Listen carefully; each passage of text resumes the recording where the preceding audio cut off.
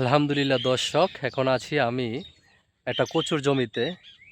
এটা টানের জমিতে কচু রোপণ করা হয়েছে। এক সাথে হচ্ছে লতিরাজ কচু, আর এক সাথে হচ্ছে এই যে আমাদের নরসিংদীর কালো যে কাঠ কচুগুলো আছে ওইগুলা। তো পুরো জমিটা আমি আপনাদেরকে দেখাচ্ছি, আপনারা সাথেই থাকেন। এটা হচ্ছে এই যে দেখেন, কচু গাছের গোড়ায় কিন্তু লতি আসা শুরু হয়ে গেছে। এই লতিটা কিন্তু রমজানে বিক্রি করবে, ভালো দাম পাবে। এই যে প্রায় গাছে কিন্তু যে দেখেন লতি চলে আসছে। এগুলো হচ্ছে আপনার শীতের শুরু দিয়া রোপণ করা হয়েছে। এগুলো হচ্ছে লতিরাজ কচু, আর এগুলো হচ্ছে কাঠকচু যেটা বলে, আমাদের নরসিংদীর বিখ্যাত কাঠকচু। এগুলো বিলে চাষ করা হয়, তো উনি এখানে টানের জমিতে চাষ করছে। তো এই যে নিড়ানি দিয়ে আগাছা পরিষ্কার করে দিচ্ছে।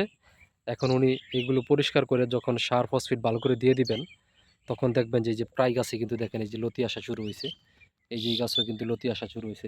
এই লতিগুলো উনি কিন্তু ভালো টাকায় 70-80 টাকা, 90 টাকা, 100 টাকা কেজি কিন্তু এই লতিগুলো বিক্রি করবেন এই রমজানে।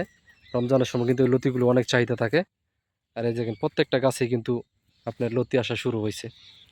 তো এই জমিটা আমার এলাকার এক বড় ভাই উনি চাষ করছে, অনেক বড় একটা লতির কচুর জমি।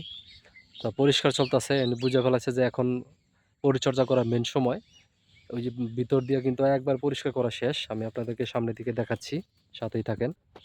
তো অনেক সুন্দর হয়েছে কচুর জমিটা। এই যে এই সাইডটা আপনার একবারে পরিষ্কার করে ফেলানো হয়েছে। প্রায় গাছে কিন্তু লতি আসা শুরু হয়ে গেছে। তা এখন খালি এটাতে সার ফসফেট দেওয়া আর লতি সংগ্রহ করার সময়। কিছু কিছু লতি সংগ্রহ করে বিক্রিও করছে।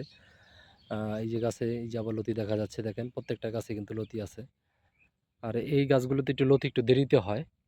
আর এটা কিন্তু কচু হয়, সেই কচু এইগুলো দেশে বাংলাদেশে কিন্তু প্রচুর চাহিদা রয়েছে। আর বিশেষ করে আমাদের নরসিংদীর এই কচুগুলো, কালো কচুগুলো কিন্তু অনেক চাহিদা। এটা খেতে অনেক সুস্বাদু হয়। আর এই কচুগুলো কিন্তু দেশের বাইরে প্রচুর রপ্তানি হয় আমাদের নরসিংদী থেকে। তো এই সাইডটাতে লাগাইছে যে সাদা যেটা লতিরাজ কচু লাগাইছে এই সাইডটা দিয়া। আর মাঝখানে লাগাইছে উনি হচ্ছে আপনার এই নরসিংদীর কালো যেই কাঠ কচুগুলো ওইগুলো। তো অনেক বড় একটা কচু জমি করছে আসলে। আগে এটাতে সবজি টবজি চাষ করা হতো, বিভিন্ন লতা জাতীয় সবজি, দুন্দুল, সিম এগুলাই। তো এইবার উনি চেষ্টা করছে যে অন্যরকম কোনো কিছু করার জন্য, এই জন্য লতির কচু রোপণ করছে। তো অনেক সুন্দর একটা কচুর জমি। আপনারাও চাইলে এই কচুর জমি রোপণ করতে পারেন। কারণ উনি কিন্তু এই যে শীতের প্রথম দিয়ে রোপণ করছে, শীতের ভিতরে কিন্তু কচু গাছ বাড়তে একটু কষ্ট হয়, আস্তে আস্তে বড় হয়। এই যে এখন কিন্তু উনি পরিচর্যা করলেই এই যে গরম চলে আসবে, ফাল্গুন শুরু হবে, কচু গাছ ধাউ ধাউ করে সামনের দিকে অগ্রসর হবে। আর ফলন শুরু হয়ে যাবে, যেহেতু সামনে রমজান চলে আসতেছে। তো রমজানে আশা করা যাচ্ছে উনি এখান থেকে ভালো পরিমাণের লতি সংগ্রহ করতে পারবে, এবং ভালো একটা অ্যামাউন্ট এই রমজানে কচুর লতি থেকে সংগ্রহ করতে পারবে।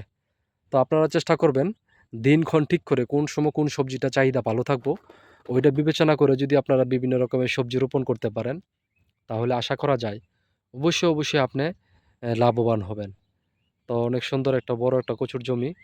যদি আপনাদের ভালো লাগে অবশ্যই মতামত প্রকাশ প্রকাশ করবেন। আর কেউ কখনো কচু রোপণ করছেন কিনা সেটাও প্রকাশ করবেন। আর কচু এবং লতি কার কার পছন্দ অবশ্যই আপনারা কমেন্টস করে জানাবেন। আর আমার ভিডিওটা যদি ভালো লাগে তাহলে আপনার সুন্দর মতামত প্রকাশ করবেন। তো আজকের মতন এই ভিডিওটা থেকে বিদায় নিচ্ছি। ভালো থাকবেন। আল্লাহ হাফেজ। টাটা।